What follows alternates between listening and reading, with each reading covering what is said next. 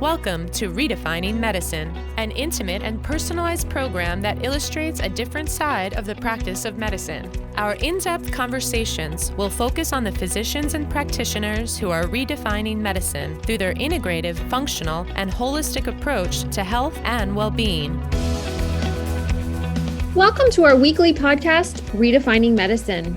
We are pleased to welcome Dennis Wong, a clinical consultant pharmacist and owner of CinDen Pharmacies. Dennis, thank you so much for joining us today. Thank you for inviting me. What first drew you to the field of medicine? Since I was a child, my mom always said she wants all of her kids to get into medical field because during the World War II, my grandfather actually got dysentery and they couldn't find any health practitioner at all to help him, and he died from dysentery. So my mom made the commitment and said, whoever I can in my children has to be in medical field. So that sort of set me up. You are currently the owner of a pharmacy specializing in compounding, nutrition, functional and metabolic medicine. You opened your pharmacy in 1997 when integrative medicine and compounding pharmacies were even less accepted by traditional medicine than they are now. Will you tell us about your experience opening such a pharmacy during this time? It was, I would now say, it's interesting experience. Back then, it's kind of scary because when we started it, let alone the integrative or compounding pharmacy, but at that time, independent pharmacy were actually getting swallowed up by grocery stores pharmacy. So when we tried to start it, a lot of the colleagues and friends was in the pharmacy industry were saying, don't do it. And we just said, no, we're going to be different. And it's a lot of resistance for first a few years, not even first a few years, first 10 years. There was a lot of resistance from the physician, and to the point that when patient come and talk to me and I, give suggestion to the physician, some physician will not look at my information that I send it with patient saying, no, we don't do that. And so it's a long way, it's coming a long way. What advice would you give someone coming out of pharmacy school or who is a pharmacist and is interested in an integrative approach to pharmacy? I would say learn more what you need to do. Because when I started my pharmacy, like you said, 1997, we keep looking at, has to have open-minded and keep looking at what area of education and training do you need? Because when I started it, based on what we want to provide for the patient, initially our area has lots of pediatric patients back in 1997. So the big need for the patient population, pediatric population, was better palatable medicine for these kids, even for acute ear infection, etc., for antibiotic. What manufacturer stuff they have is horrible tasting.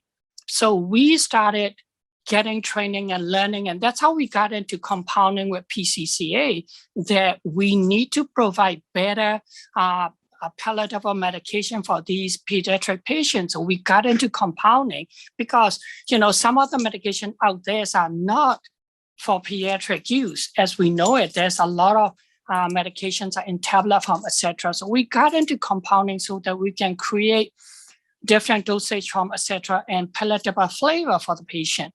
As I got to that, the next step was, the next wave that came into our practice was bioidentical hormone replacement therapy. A lot of females were unhappy with their traditional treatment and they wanted to get into more bioidentical hormone replacement therapy. That put me into, okay, what is the next training I need?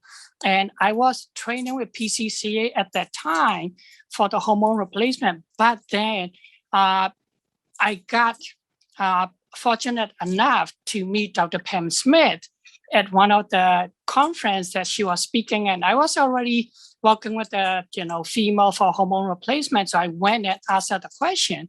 And I said, you know what, this is what I'm doing, but I don't think I have enough education and I don't know what I have to go next.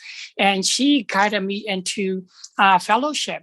That's one of the greatest programs that I got fortunate enough to attend and learn. That opened up a whole new world for me for the integrated practice that I'm doing.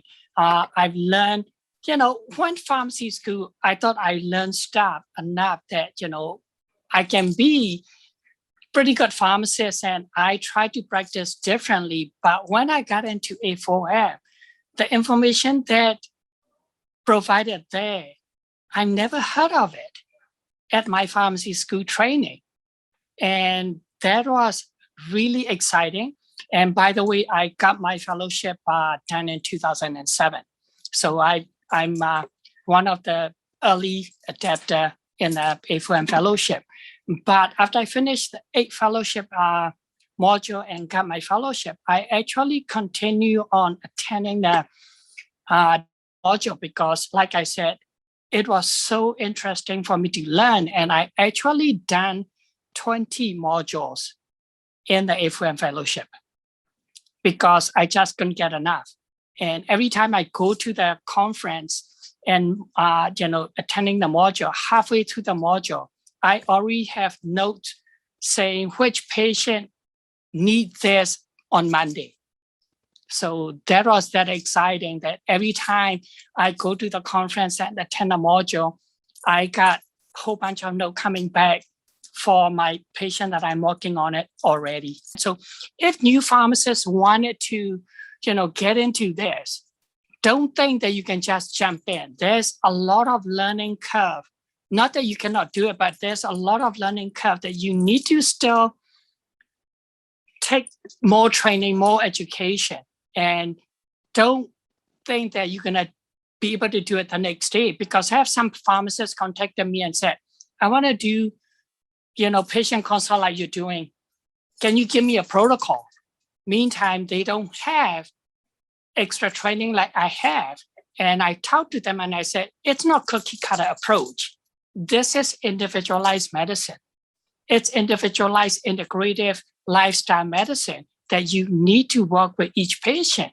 Yes, you need to know the basic. That's where the education and training is, so that you will have the basic of, understanding of the whole physiology and hormone pathway, etc. And then based on that, you have to figure it out. It's not, because this patient had this symptom, you can use this protocol. So that's where I would suggest that look into what kind of training, which area you want to practice, and what kind of training do you need, and contact these different organizations that, doing great job training health practitioner out there right now. Thank you, Dennis. And final question.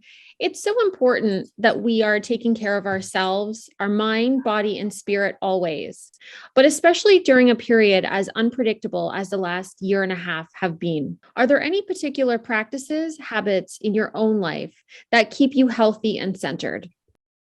Absolutely. As all we know it, last year and a half has been just, crazy, if not totally difficult for a lot of people.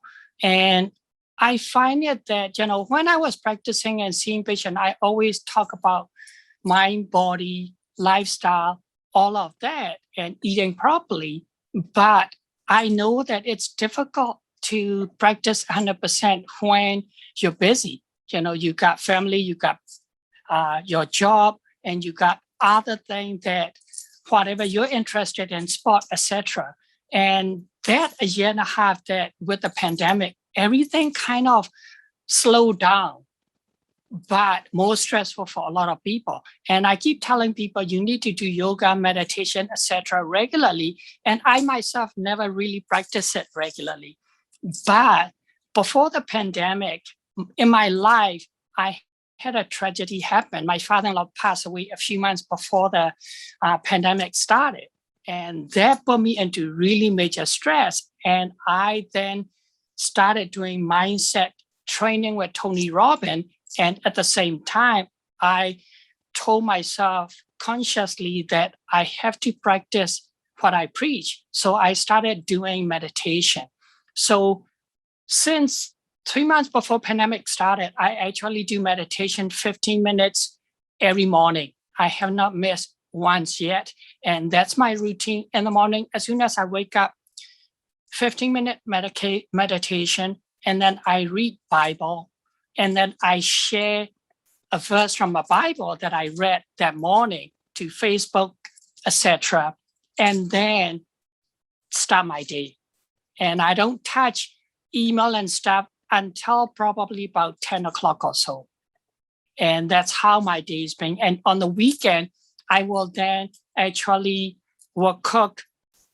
I love cooking. That's why I got into compounding. So I will cook tons of different good food, vegetable, etc. I will do sauna therapy. I will do longer meditation. So you have to kind of figure it out what's going to work, but you need to really change the mindset and consciously do things that, can't say, oh, I can't do this, I can't do that. There's no can't. You're going to do the best as you can. If whatever you're planning for today, it doesn't work, don't get upset. There's tomorrow. When you wake up tomorrow, then pick it up where you left it and keep going. Thank you so much, Dennis, for sharing your insight with us today. We truly appreciate you. Thank you. And thank you to all of our listeners. Until next time.